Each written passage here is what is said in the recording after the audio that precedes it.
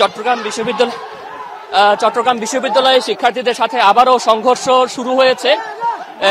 এই মুহূর্তে গ্রামবাসীদের সাথে কিন্তু আবারও সংঘর্ষ শুরু হয়ে গিয়েছে শিক্ষার্থীদের, এবং দুই পক্ষই কিন্তু লাঠিসোঁটা এবং ইটপাটকেল নিয়ে সংঘর্ষে জড়িয়ে গেছেন এবং ব্যাপক ইটপাটকেল নিক্ষেপ চলছে দুই পক্ষ থেকেই, এবং শিক্ষার্থীদের ধাওয়ায় গ্রামবাসীরা কিন্তু বর্তমানে পিছু হটেছেন।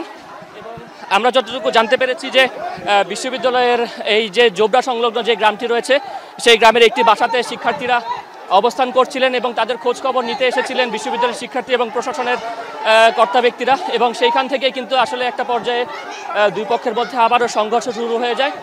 দেখতে পাচ্ছেন দর্শক যে যেই বাসাটিতে শিক্ষার্থীরা ছিলেন সেই বাসাটিতে কিন্তু আসলে হামলা চালানো হয়েছে।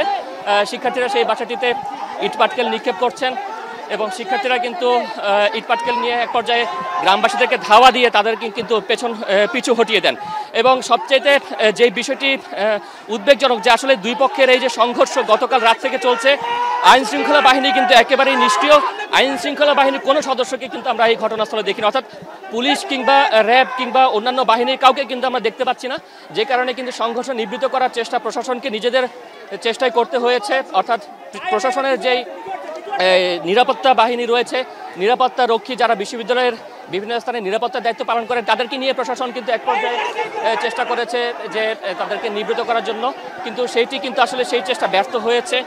প্রশাসন মাঝখানে থেকে আমরা দেখেছি উপজেলা নির্বাহী কর্মকর্তা তিনি নিজে উপস্থিত ছিলেন, দুই পক্ষকে বোঝাবার চেষ্টা করেছেন, কিন্তু উভয় পক্ষ থেকেই আসলে পাল্টা স্লোগান এবং ইটপাটকেলের নিক্ষেপের প্রচেষ্টা চলছিল, হুমকি দেওয়ার যে ঘটনা সেগুলো চলছিল, এবং এক পর্যায়ে কিন্তু দুই পক্ষ ইটপাটকেল নিক্ষেপ শুরু করে, এবং সেই ইটপাটকেল নিক্ষেপের পর থেকে কিন্তু এখন পর্যন্ত আমরা দেখতে পাচ্ছি যে শিক্ষার্থীরা কিন্তু ইটপাটকেল নিক্ষেপ করতে করতে তারা কিন্তু সামনের দিকে এগিয়ে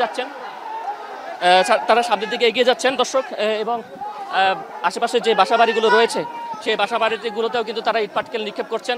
গতকালকে যে সংঘর্ষের ঘটনা সেই সংঘর্ষের ঘটনায় কিন্তু এখন পর্যন্ত কিন্তু 50 জনের উপরে কিন্তু আহত হয়েছেন। কারণ শুধুমাত্র চট্টগ্রাম মেডিকেল কলেজ হাসপাতালেই কিন্তু প্রায়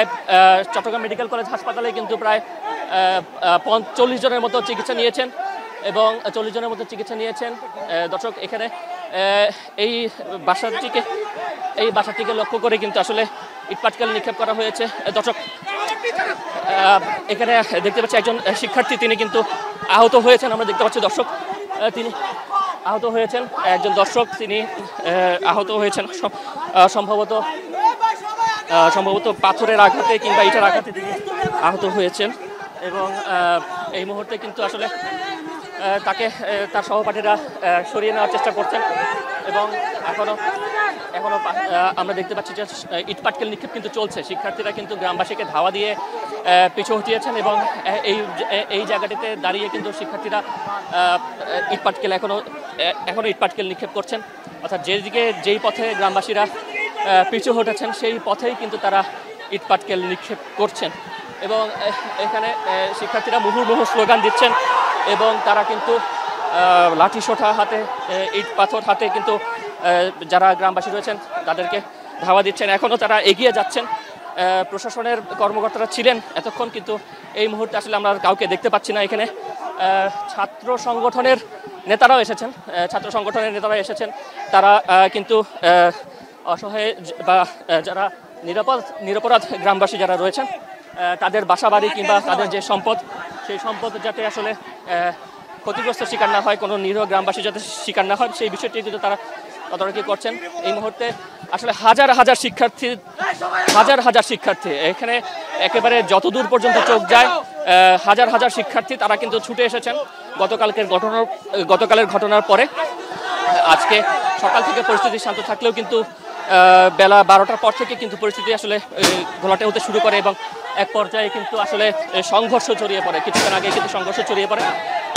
দেখতে পাচ্ছেন যে এখানে স্থানীয়দের যে বাসা বাড়িগুলো রয়েছে সেগুলোতে শিক্ষার্থীরা হামলার চেষ্টা করছেন, ইটপাটকেল ছুটছেন, এবং এখন আমরা দেখতে পাচ্ছি শিক্ষার্থীরা কিন্তু আরেকটি মোড়ে সেখানে সম্ভবত গ্রামবাসীরা রয়েছেন, ইটপাটকেল ছুঁড়ে মারছেন, তারা পাল্টা ইটপাটকেল ছুঁড়ে মারছেন, এবং যেখানে আসলে এই দর্শক দেখতে পাচ্ছেন যে সংঘর্ষ কিন্তু ব্যাপক আকারে চলছে। কিন্তু আইন শৃঙ্খলা বাহিনীর কোনো সদস্যকে কিন্তু আমরা এখন পর্যন্ত চোখে দেখিনি। উপজেলা নির্বাহী কর্মকর্তা এবং বিশ্ববিদ্যালয়ে যারা উপাচার্য ছিলেন, 2 উপাচার্যকে আমরা দেখেছি ঘটনাস্থলে, তারা চেষ্টা করেছেন কিন্তু তারা আসলে শেষমেশ ব্যর্থ হয়েছেন এবং এই মুহূর্তে কিন্তু তাদেরও আমরা দেখতে পাচ্ছি না। শিক্ষার্থীদের এবং গ্রামবাসীর কিন্তু সংঘর্ষ ছড়িয়ে পড়েছে ব্যাপক আকারে এবং পুরো এলাকায় কিন্তু এক ধরনের আতঙ্ক বিরাজ করছে। এই গ্রামটিতে কিন্তু বহু সংখ্যক মানুষের বসবাস এবং প্রত্যেকেই কিন্তু আসলে আতঙ্কগ্রস্ত। শিক্ষার্থীরা